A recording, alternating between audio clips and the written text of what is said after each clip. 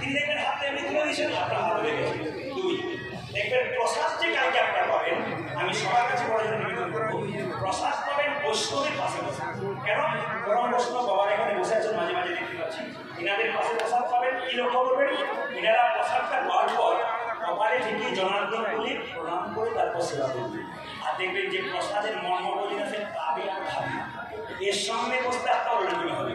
এই জন্য যারা হরিনাম শুনছেন আমার সবচেয়ে ভালো লাগছে, ভক্তের পাশে যারা কীর্তন শুনছেন, ভক্ত পাথরের মতো এ শুনবে। কেন? রাজহাঁসের মতো দুধ আর জল মিশিয়ে দিলে এই দুধটা নিয়ে নেবে আর জলটা বেরোবে। হাততালি হাততালি।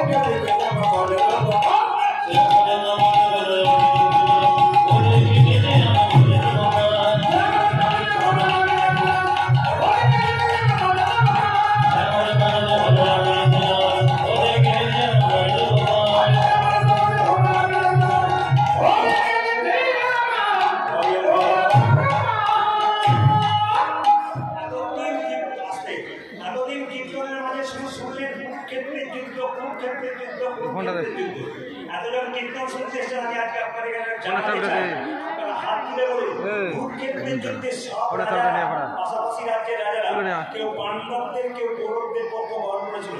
একটা দেশের রাজা ছিল, যে দেশের রাজা আরো পক্ষ গ্রহণ করে নাই, দু পক্ষ গ্রহণ করেছিল। তার নামটা কেউ বলতে পারলে খুশি হবে। বলুন কোন রাজ্যের রাজা এবং কিভাবে সাহায্য করেছে দুপক্ষ? আমি আপনাদের বলতে চাই, কি বলতে চাই?